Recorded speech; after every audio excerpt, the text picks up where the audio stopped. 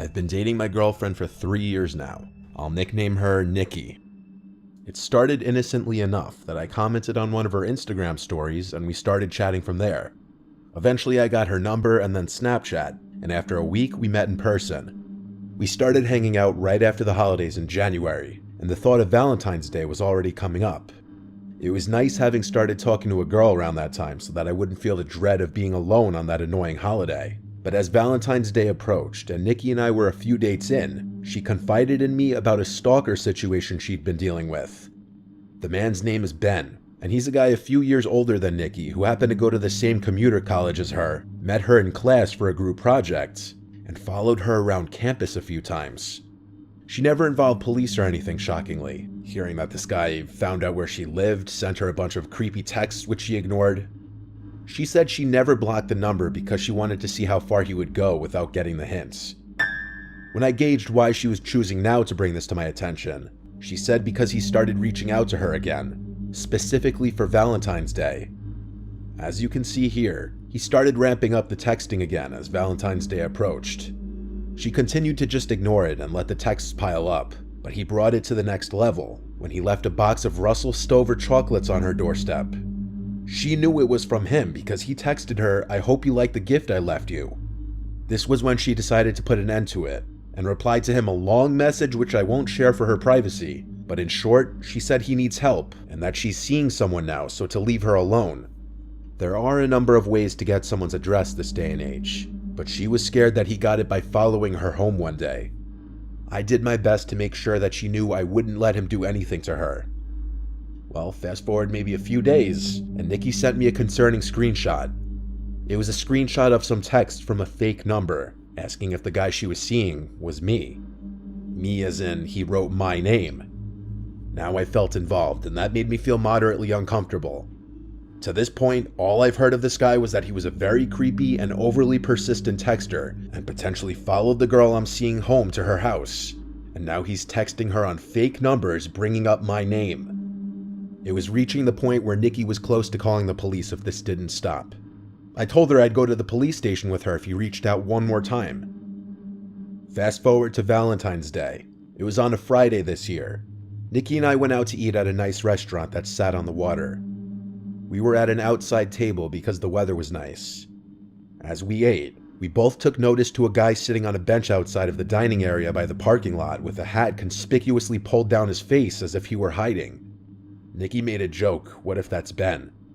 We laughed, but then he slightly tilted his head in our direction as we were looking at him, and then he quickly looked away, and seconds later he got up and walked away. We weren't laughing anymore. Now we actually questioned the chances of that actually being him, but after a few minutes, the conversation shifted to something else, and we enjoyed the rest of our time there. Afterwards, we wanted to keep hanging out. It was Valentine's Day after all, but her parents were home. I had the place to myself, so we went together back to my rental house. We were on the couch, and things were getting a bit more intimate. That's when Nikki pulled away from me and said, "What was that?" I heard it too. Something from outside in the backyard. "Want me to go check?" I asked. She nodded her head. I went out to the backyard patio, expecting to hear some animals scurrying off in reaction to my presence. I slipped on my slides and walked around the yard, looking around for anything that could have fallen over, and I found what made the noise. The entire stack of beach chairs that was leaning on the house had been knocked over. I don't know how that would happen unless someone or something bumped into them. There wasn't even the slightest breeze that night. I looked around at the bushes that encompassed our yard, and then, as if my brain immediately could spot something out of place, I locked in my vision on something tall in the bushes. My neck jutted forward as I literally tried to focus in and get a better look at what I was looking at. I stepped forward a few steps. I had an "oh shit" moment when I realized it was someone standing in the bushes. He had seen me notice him by this point.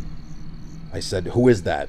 And the guy started quickly coming out from the bushes, in a quick enough speed that I took it as a threat, as if he were about to charge at me. I took the chance to get him on the ground when he was still struggling with the bushes and twigs, and I yelled at him to stay down multiple times. I yelled Nikki's name until she came outside, and I said call the police. The guy on the ground struggled and tried to get loose a few times, but I more or less had him in a steady hold. When Nikki came outside while talking with the police, I asked her if this was the guy. She gasped and said, "Oh my God, yes." It was the Ben guy who had been harassing her. What's worse is at that moment, I realized he was wearing the same colored shirt that guy with the cap from earlier at the restaurant was wearing. Police got to the house and put him in cuffs. He would be charged with trespassing.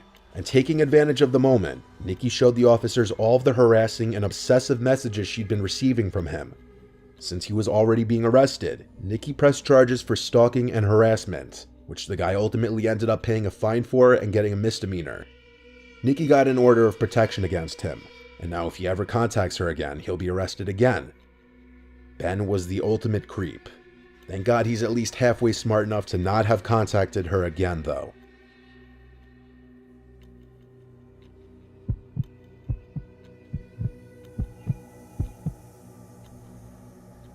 This happened 4 years ago.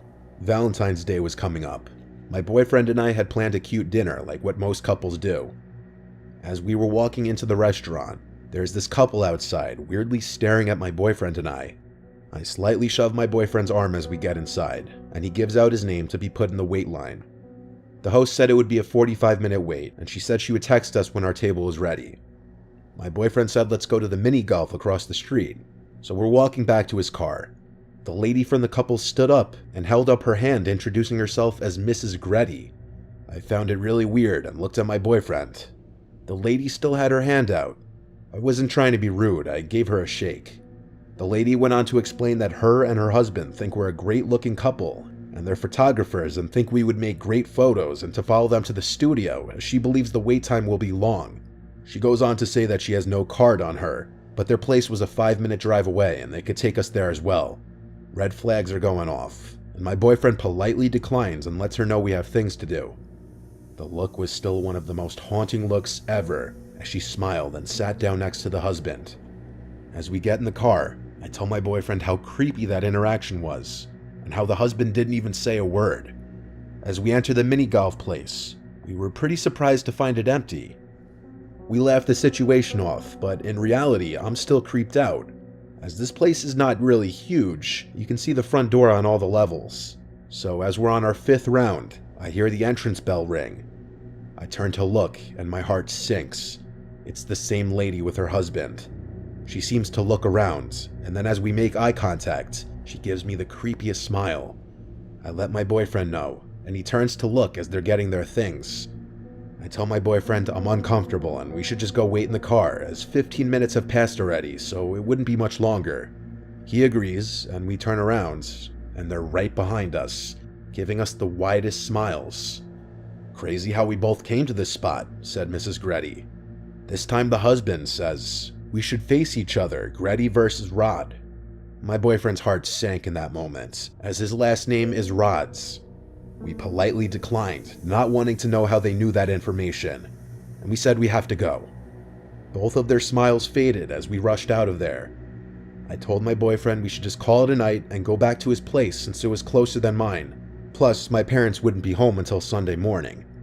He said we would go after dinner and not let some random weird couple ruin the night for us. We waited about 15 minutes in his car, talking about how weird the situation was, as he gets a text from the restaurant saying they're ready for us. We eat dinner, and he insists on paying today since it's Valentine's Day, as we usually split the bill. He goes to the bathroom, and as I'm waiting, I thought I saw that lady peeking out from around a corner. I convinced myself it was just in my head. My boyfriend gets out and is ready to go. Now, to get to his place, you have to take this long road surrounded by trees. As we start the drive, we notice a car following behind. I let my husband know, and we head into a CVS parking lot. I have to use the restroom, and since it was going to be a drive, we both get out and go. When we come out, we don't see that car that was potentially following us anywhere, so we make our way to his house. You know that road I talked about earlier being surrounded by trees? Well, while we're driving on it, we're like 3 to 5 minutes onto this road. We heard a loud pop, and my boyfriend stopped his car. His 2 front tires had popped. He put 2 and 2 together and ran to the car and said, "Get out, there's not much more time before they get here." He cut his engine and turned off the lights and locked the door. I was so scared and confused, not knowing what was going on. I told him we should wait in the car. He quickly got me and we ran into the woods. He told me to shush. We were hiding behind some trees and bushes. While we hid, he called the cops and quickly explained where we were at and what was happening. The operator asked to stay on the line and the cops would be here in a couple minutes. He said he couldn't stay on the line and hung up. As we stayed laying down, we heard a car engine coming up. My boyfriend said to lay flat as he did too. We heard the engine to the car stop, and we heard the familiar voice of Mrs. Gretty, if that was even her real name. She yelled, "Shit, we took too long." We heard a car door close, and then a car quickly speed away. We stayed down until the cops got there, which was about 2 minutes later. We explained the situation and got told we would be contacted if something came up. I called my sister to come pick us up, and he called the tow truck for his car. 4 years later, nothing has come up on it, and we never found out what they wanted or who they were.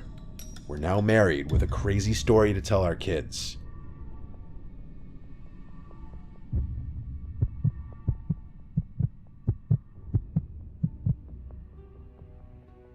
During the fall 2018 semester, I was doing some online classes through a pretty prestigious college, but I knew that I would transfer to my hometown 4-year university for the winter semester. I still wanted to make some new friends though, so that I wouldn't feel alone, and maybe along the way it would be nice to meet someone to date, which is what happened. I met this girl through Tinder. She was really cool and we had a lot in common. Long story short, we started dating and we had a lot of fun together. She wasn't from my hometown, and I had noticed that after she came back from Thanksgiving break, the way she behaved and her attitude had changed. She was always on the more sarcastic side, but now it just seemed mean. For example, the playful, flirtatious teasing had become way more aggressive. There was no physical harm, I should say that. It was just the kind of teasing that shouldn't be happening in a relationship. I just brushed it off as stress due to finals approaching. She eventually went back home for winter break. We always found ways to stay in touch every day, such as text, Snap, and occasional FaceTime either once or twice a week. Once the winter semester started, I moved into an apartment because the dorms didn't seem that fun, and I had found something nice that was surprisingly cheap. Literally the night of the first day of classes, we decided to break up. Like I said, she was from a different state, and she was having a lot of trouble being away from home because she missed her family, friends, and pets a lot. Besides me and her roommate, who she didn't really get along with, she barely knew anybody in town. She was just such a shy person, and that's not a bad thing, but like I said, she didn't have a lot of friends to surround herself with, so she just wanted to be by herself all the time. So it was a nice exit out without having to be the one that did the dumping, because that kind of stuff just gives me too much stress and anxiety. A few weeks went by, and each day I felt a little less sad because when I looked back on the relationship, there were a bunch of issues that I had overlooked. It was the week leading up to Valentine's Day, and I was kind of sad because I had some fun things planned that I wanted to surprise my girlfriend with. I decided that maybe for that week, I would reactivate my Tinder account, really to see if I could get a match and possibly hang out with someone on the holidays so I wouldn't be alone because most of my friends had their own boyfriends and girlfriends. I did about 2 days before the holiday, and I got some matches after a few hours of having the app. I chatted with most of them and asked what their Valentine's Day plans were. And not to my surprise, they were all going out to bars. Personally, that lifestyle isn't really my thing, it just doesn't seem that fun to me. But I always use it as a last resort, and I wasn't that desperate. Yet. I eventually started texting with a girl named Alex, who wasn't into that stuff either. She would rather stay in and watch movies, which is what I would rather be doing too. She even had the same major as one of my best friends, and was taking some of the classes he was taking. But she didn't know if they had classes at the same time since they had just started and she was trying to figure out everyone's names. The best way to describe Alex is that she had shoulder-length blonde hair, cute glasses, freckles, and bright blue eyes. After texting for about an hour, I got her Snapchat and we moved the conversation there. I asked if she would want to hang out on Valentine's Day and she was down. So it was Valentine's Day 2018, which had fallen on the Thursday of the week. Luckily, I didn't have any Friday classes, and Alex said she would skip her Friday morning class so we wouldn't feel pressured to end the night so early. The first part of the night went pretty smooth. We got some McDonald's, saw a movie, and then walked around the downtown area for a while. To spare you the details, we eventually went back to my apartment and had sex, and to be honest, everything went great. She asked if she could spend the night because it was snowing out, and her place was about a 10-minute walk away. So of course I told her she could stay. We eventually fell asleep around 1 a.m. I'm a pretty light sleeper, especially when there's someone else in the bed with me. Around 3 a.m., Alex woke me up as she was getting out of the bed, but I didn't make her aware that she woke me up. It was pretty dark in the room, but I could see that she was walking towards the bathroom. She turned the light on and shut the door so that it wouldn't seep into the bedroom. I was very tired, so I just went back to sleep. I awoke again around 5:30 a.m., and to my surprise, Alex wasn't in the bed next to me. I turned to see if she was still in the bathroom, but I couldn't see the outline of the light, so that meant it was turned off. I wasn't in too much of a shock yet. I was just curious as to where she was. So I sat up and grabbed my phone off my bedside table. I didn't have any text from her saying that she had left, but I was able to see that the clothes she'd been wearing earlier were still on the ground next to mine. So she was still here somewhere. I then heard a creak come from the other side of the bedroom. I could see that Alex was just standing in the corner, back facing toward me. I was really freaked out. I quietly called out her name and asked if she was okay, but there was no response. I turned on the lamp I had on the bedside table. It didn't create too much light, but there was enough. I got out of bed and walked over to her. She was just standing there, not even moving. I was so creeped out, but I wanted to see what was going on. I gently placed my hand on her shoulder and said her name again, and there was no response. There were 10 seconds of silence, and right as I was about to say her name one more time, she turned around at an inhuman speed and started screaming like a maniac and hitting me. It wasn't the hardest of hitting, but I'm kind of a skinny guy, so it hurt a bit. The scariest part is there was no emotion on her face at all.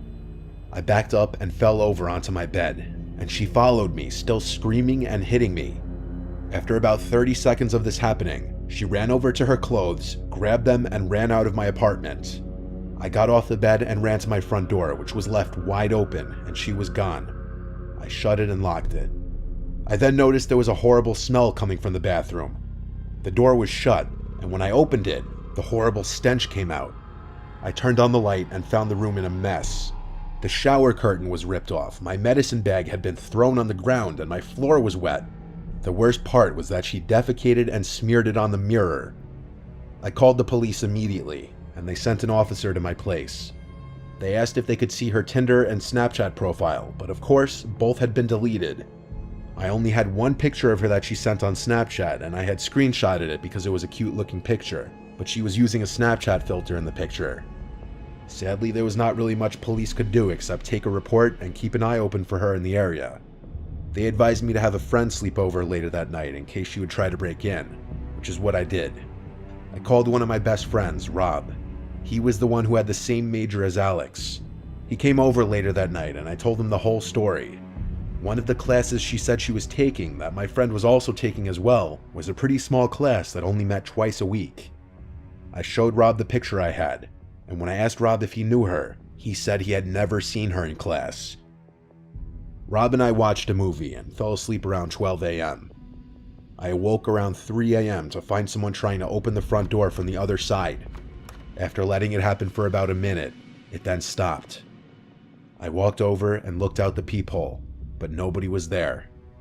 Nothing has happened since, but it still really freaks me out.